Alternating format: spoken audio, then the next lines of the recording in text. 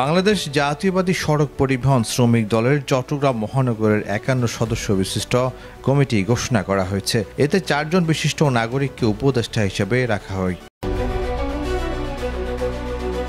সম্প্রতি বাংলাদেশ জাতীয়বাদী সড়ক পরিবহন শ্রমিক দলের রাজধানী নয়াপল্টন ভিআইপি রুটস্থ কেন্দ্রীয় কার্যালয় সংগঠনের কেন্দ্রীয় কমিটির সভাপতি হাজী বাহার উদ্দিন নোবেল ও সাধারণ সম্পাদক কাজী শাহ আলম স্বাক্ষরিত চট্টগ্রাম মহানগরীর সভাপতি মোহাম্মদ রিয়াস এবং সাধারণ সম্পাদক মোহাম্মদ রমজু মিয়াকে সাধারণ সম্পাদক করা হয়।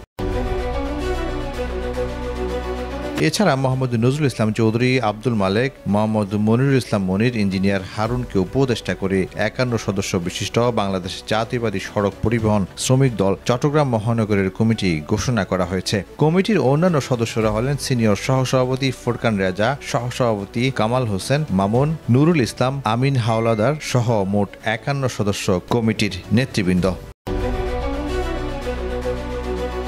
নিউজ ডেস্ক, প্রতিদিনের কাগজ, চট্টগ্রাম।